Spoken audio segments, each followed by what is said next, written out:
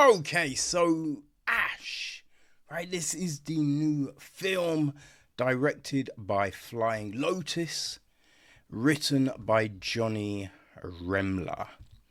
It is produced by Matthew Metcalf, Nate Bolletin. It is executive produced by Neil Blomkamp, Dave Brown, Maxime Cotre, Mally Doherty, Flying Lotus, Adam Riback, Nick Spicer, and Aram Turikan. It is co-produced by Leslie Hansen and Tom Blackwell. Okay, Flying Lotus also took care of the score.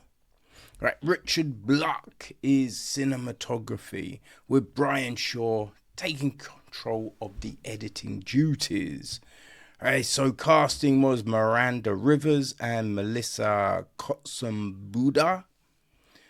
Ross Magarva is production design. Art direction is Sam Story. Gui Taketi is set decoration. Hair, makeup, all of that kind of jazz. We have Deirdre Cowley, Carly Marr, Shannon Sinton, Hannah Wilson, and Danielle Woodley. All right, our cast. Well, we have got Riya, played by Eiza González.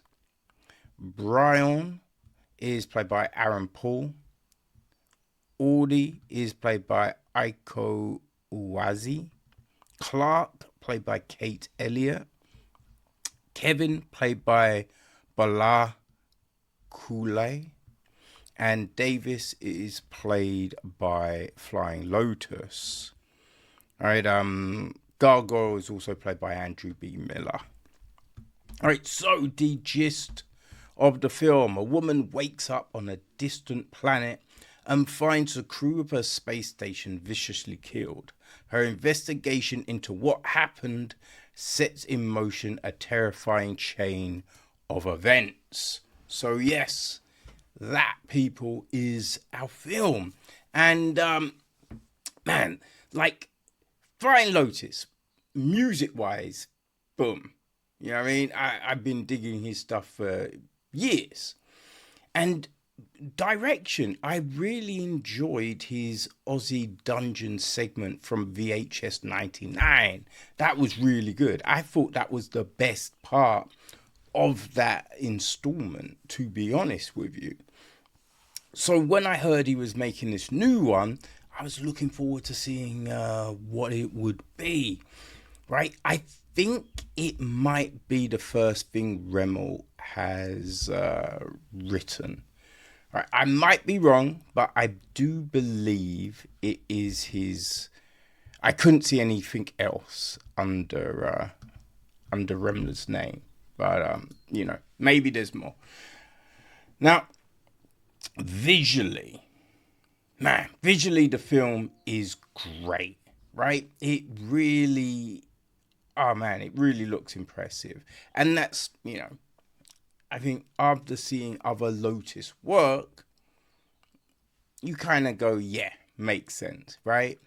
It color palette wise, it did kind of remind me of that Nicolas Cage movie, Mandy. You know what I mean? And it is kind of bizarre and crazy, a bit like Mandy as well, you know? Although I think the story is a bit more succinct in this, because Mandy was just straight bonkers, right? So yeah, it really works, right? We get these flashbacks, and we also get these other visual things that aren't flashbacks, but it's kind of this sensory deprivation that Riya is going through, you know, and it kind of taps into that, which really works well for the story. You know, it really does. So I enjoyed all of that aspect of it. I thought the cast does a good job, you know. Yeah, the cast help give you that vibe. A lot of the times Gonzalez does give you that kind of confused, disorientated vibe that is needed for the character. So those things, yeah, those things good. The score works for the film, you know, it does. In places you might go, it's what to be expect. It's not surprising, but yeah, it does work, you know. So there you go. Story wise, like technically the story, you know, the story's not bad. The story, you know, makes sense, right? In what they're doing. You know, it's nothing new. We've had people go terraform and all of this kind of, you know, that aspect of it. Nothing new. Nothing new with waking up and everything's gone crazy. But it's just, how do you get there? What's that journey like?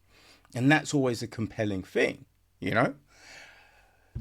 I think one big thing with the story is there's a lot of things, because, you know, obviously these are astronauts, right? And when we say astronauts, we mean actually astronauts. They're not, you know, Jeff Bezos' girlfriend and Charlie XXL, right? These are proper fucking astronauts, people.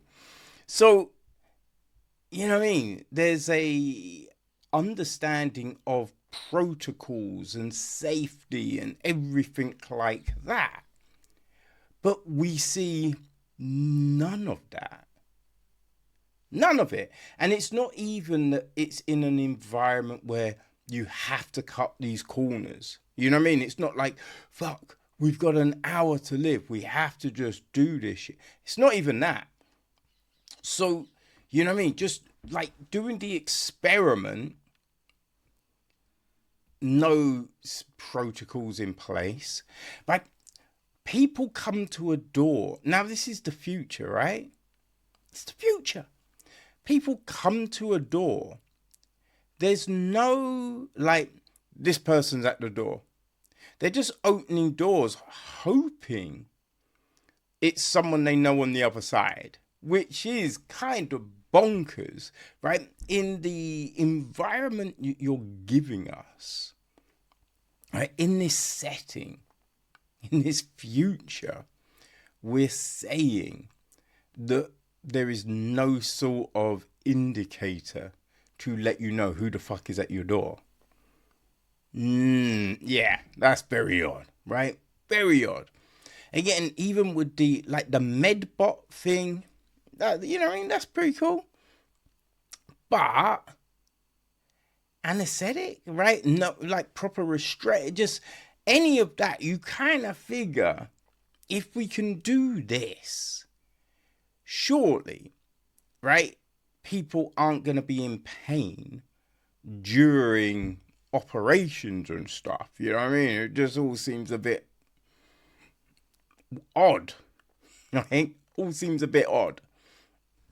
And I think also, when you understand what something does, I feel there's a precaution that you would take. I mean, when you look at something like Alien, and you feel that this is taking some influences from Alien. Now, Ripley sees what the face huggers do. So then, right, she's like, okay, I need to protect myself. I need to do this thing, right? She gets into the big machine, right? Because it's just like, well, this is the only way, right? There's precautions that you do. And we don't necessarily see those things in this film. You know what I mean? So I think it's interesting, but there are a lot of flaws. You know? Like, the story, like, in some respects, the story does keep you guessing. You are wondering, okay, exactly what is the thing, right? Now, there are inconsistencies in, let's say, reactions to something. But, yeah, you're kind of like, oh, okay. So where are we going here? What is the...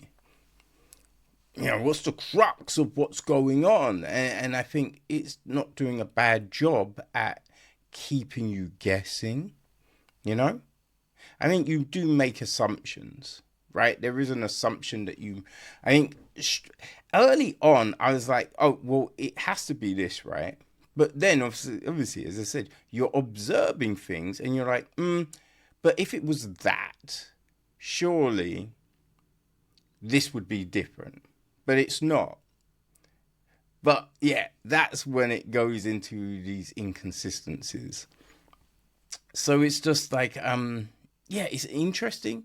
I do think it could have probably been shorter, right? I think if it was a segment to something, it possibly would be tighter, right? Because you're going, it's a half an hour bit, boom, we can cut out a lot of this stuff that goes nowhere. Though there are interesting bits, like the flashbacks and all of this do serve a purpose.